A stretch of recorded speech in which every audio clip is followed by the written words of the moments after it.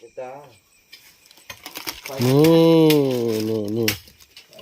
พื้นตัวบอกใหญ่มันทุกคน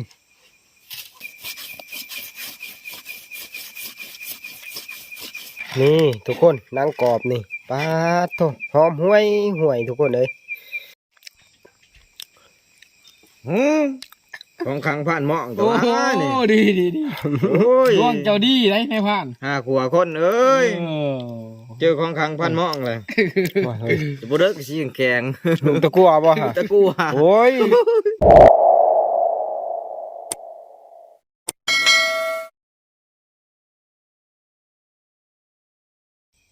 สวัสดีทุกคนมื้อนี้สิพาทุกคนมากินหนังกรอบเนาะเพราะว่านายผ่านหม้องเพิ่นมานได้ทุกคนมานอีเห็นทุกคนเอ้ยที่แรกกะว่านายผ่านว่าสินอนพักผ่อนแหละตั้งโมงปลุกกับนายผ่านเหียงเนาะว่าสิออกไต่ตาเนาะนายผ่านมองเพิ่นไปก่อนเนาะเพิ่นเลยมานเนาะเพิ่นได้อีเห็นมาโตบางใหญ่มันได้ทุกคนประมาณ3 โลเนาะนี่พื้นโตบางใหญ่มันทุกคน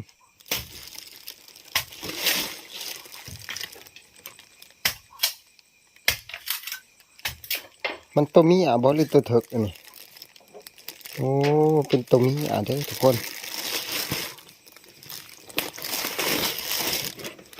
ใส่แล้วนายพานมานอยู่ใส่แล้วนี่มันอยู่ทางภาคกระตินโอ้สุดยอดนะจ๊ะเนาะโอ้ไปแล้วก็พอเลยวะแมนขึ้นจากลำหองแล้วก็เลยมันอยู่ในช่วงไรที่แรกพ่อหมูที่แรกพ่อหมูเลยคอยจอบวันนี้เลยไปพ่อตัวนี้คอยพ่ออีเห็นนี่แหละคอยกันได้ยิ่งอีเห็นก่อนว่าสิไปน้ำในพานไหนหันเลยส่วนพานเหี่ยงเลยเนาะตั้งเวลาไว้ว่าบ่ายโมงสิพากันไปเนาะเลยพันหมองเพิ่นไปก่อนทุกคนเพิ่นเลยมานมาเอาจังน้อยหนังกรอบเฮาสิดังพื้นดังไผ่เนาะกินหนังกรอบหลังจากหนังกรอบแล้วเฮาสิไปไต่ท่าต่อเนาะเผากับนี้เลยบ่ย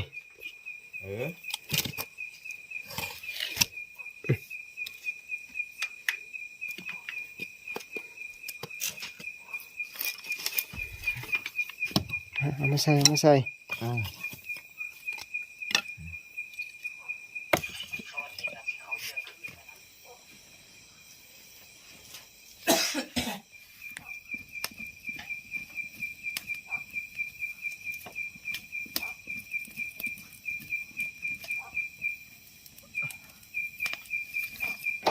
ทำเป็นได้เป็นเนาะได้เติมตั้ง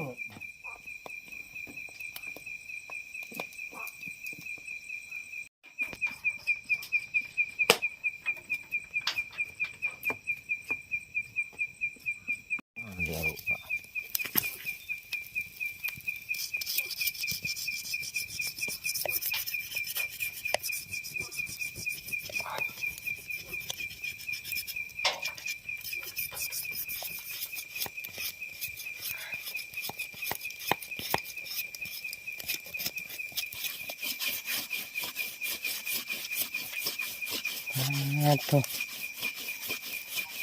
มันก็หอมเขามีแล้วใส่ใบหัวชิไข่หก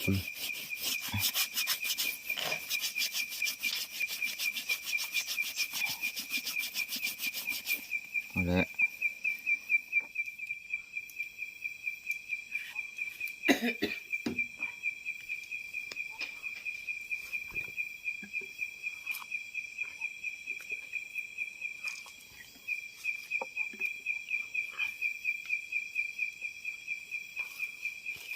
ตอนนี้ผ่านมองเพิ่นกำลังแต่งแจวทุกคนกินหนังกรอบเนาะเพิ่นเสียแจวบี้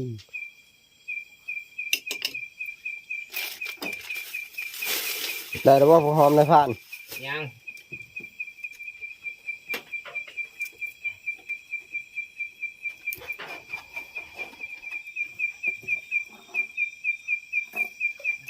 โอ้ยกะปิ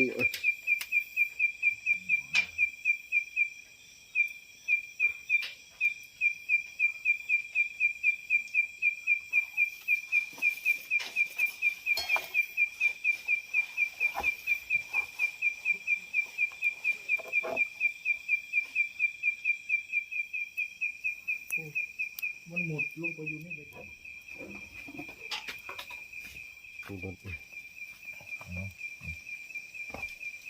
ยังมาดิโอ้ย พวงมัน ฟังนมมันเนาะ นี่ทุกคนนางกรอบนี่ปาดโถหอมห่วยห่วยทุกคนเลยจะรอเฮาก็สิเอาตับหวานมาอีกนี่โอ้แล้วเราบ่แจ่วให้ผ่านรอบี้เนาะยังรอแต่บี้เนาะแจ่วนี่มอบหน้าที่ให้ผ่านเฮียงเป็นผู้สำเร็จอ่ะ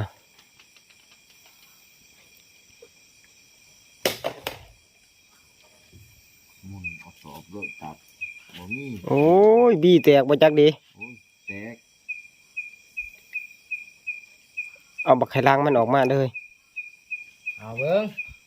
จะได้ในผ่านบี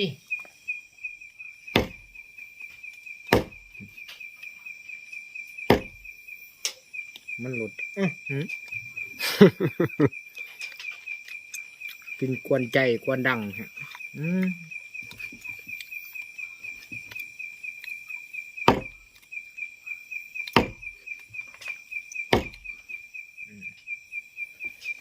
มีทั้งหนังกรอบมีทั้งตับหวานแล้วก็ปิ้งนะ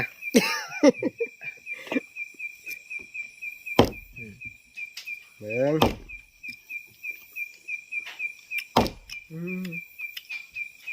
มาทางนั้นด้วยใช้เลยผัก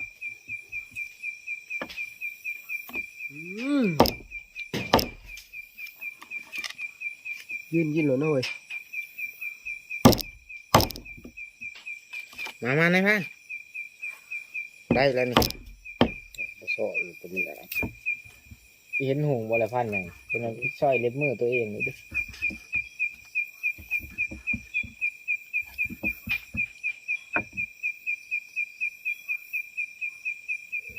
ตุ้มาเพชรได้ใจ มาทุกคนกินนางกรอบรอบเด็กนี่ตัวขอบมุกขอบใจผ่านหมองเด้อที่จัดให้นี่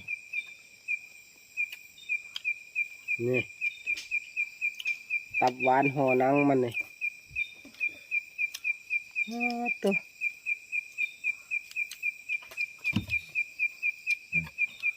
มันลำแล้วเลาะเอาบางที ต้นเจียวบี้ เข้ากันได้กับผักนี่กะเพรานี่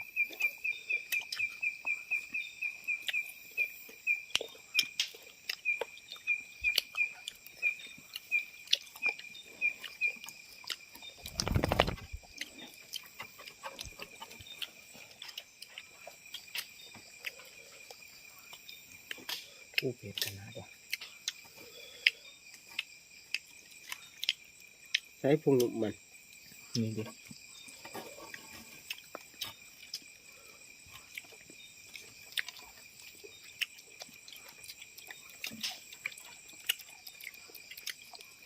ปลาขางมันเข้มเนี่ย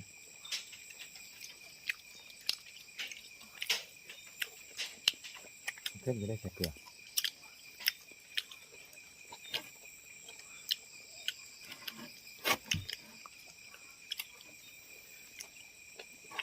นางมันหอมกลมกล่อมกับหัวชิงไข่ดีเนาะเว้ย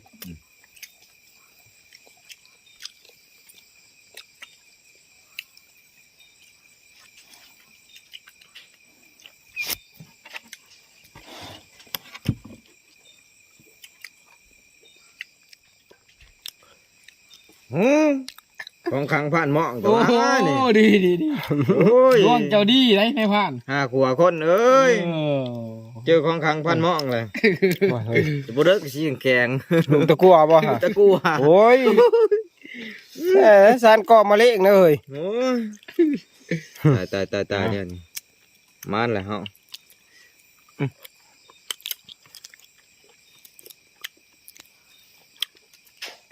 มันอยากหันมาตัวนี้ได้บานรับบานเลยได้บาน เอาเฮ็ดในผ้าให้มันล่มนะอยากอ เอา ยู่เลย ดีๆเลยตาบาน อยากอยู่เลยเฮา คนอ้างในผ่าน เอาตาบานตัวนี้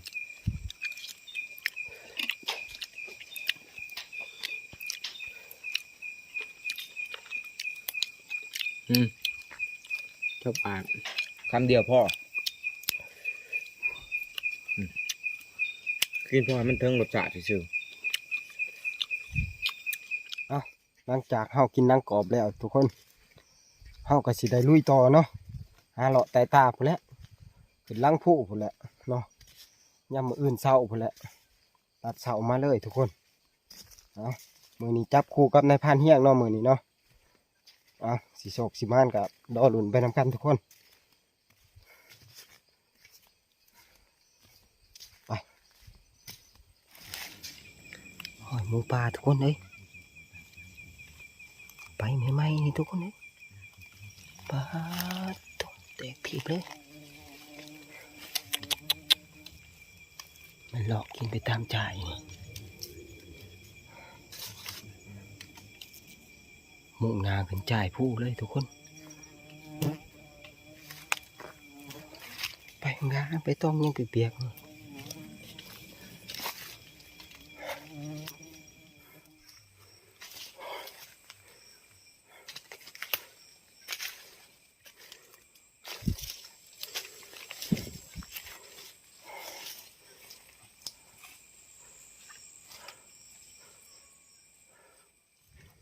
ันขี่เอาพอชัดเลยทุกคน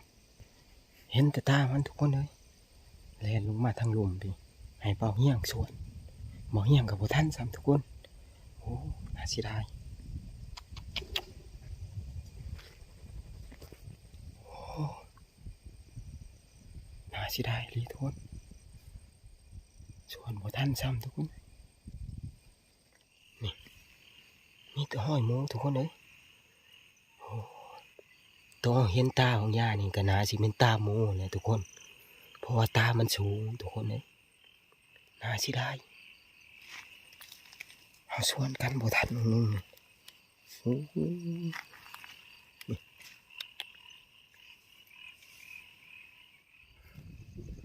ตอนนี้ก็ได้เวลาใกล้สิแจ้งเลยทุกคนเลย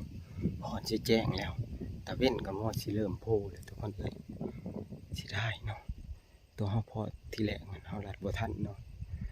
เฮาก็มาตอนนี่แหละมอๆสิแจ้งเลยเฮามาหลังจากกินน้ำกรอบแล้วนะในผ่านหมอกันมาแต่ลัดมามันก็สิแจ้งนี่ก็ได้ผ่านสิรัดแจ้งมาเลยทุกคนเลยเอาไป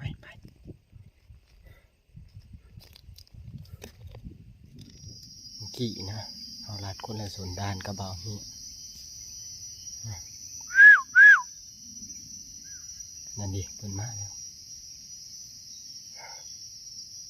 ดีแจงหูแจงตาทุกคน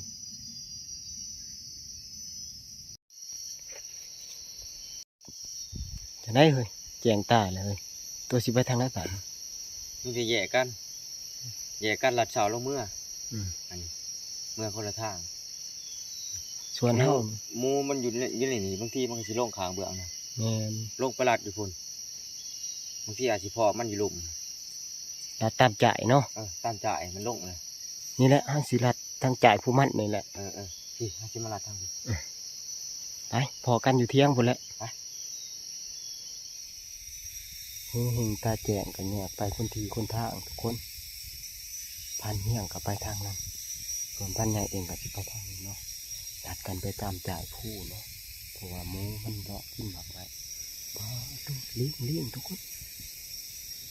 เขาได้ยินเสียงเลี้ยงทุกคน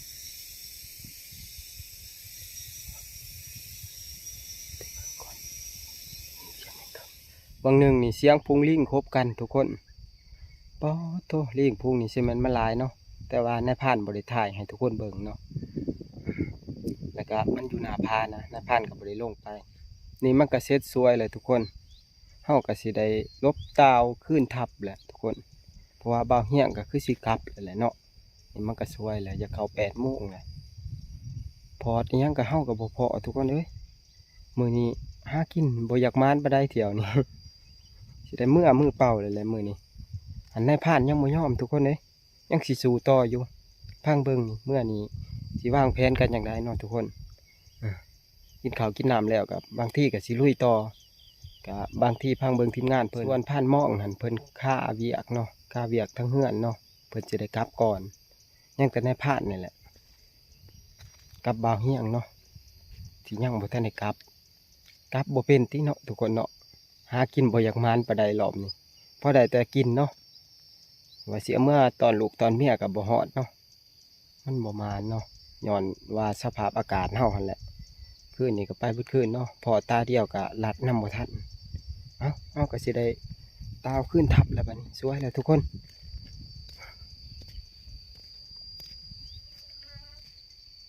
คือว่าแหละเนาะการเฮามาหาอยู่หากินตามธรรมชาตินี่บางที่ก็มานบางที่ก็บ่มานปะปนกันไปนำนั่นแหละทุกคนบางที่ก็คันมานก็คือมาเก็บเอานี่ได้ทุกคนมาแป๊บเดียวก็ได้แหละคันบ่มานบาดเฮามาบ่มานก็ล้อเบิดมือเบิดเว้นก็บ่พอหยัง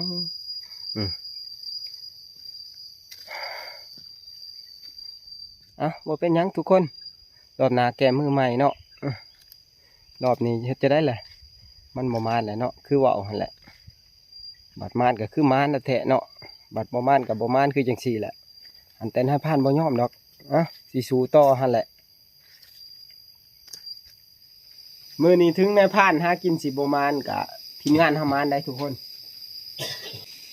นี่ทุกคนผ่านจอดเพิ่นไปเยี่ยงเพิ่นมานเด้กระป้อมกาใหญ่กระป้อมกาตัวเขียวตัวใหญ่มันชัวเตะของเขาเนี่ยเลยบ่มานยังบ่ได้แต่ให้พลาดนี่แหละมาแต่โตทุกคนช่วยทีมงานเฮามานจะได้เฮ้ย บ่พอหยัง บ่พอยัง พอแต่เฮ็ดพออันนี้ ใส่ นี่ โอ้เฮ็ดพอหนัง ใครบ่มานกับซ้ำมานคือเก่านะ เฮ็ดพอเนี่ยแซ่บจับนะ บ่เป็นหยังบ่เป็นหยังเอาสมมาพาควรแหละทุกคนคลิปวิดีโอนี่ก็บ่มีหยังหลายเนาะในผ่านก็สิขอปิดคลิปไว้เพียงเท่านี้เนาะขอบใจที่เข้ามารับชมและกดไลค์กดติดตามเนาะขอบใจทุกคน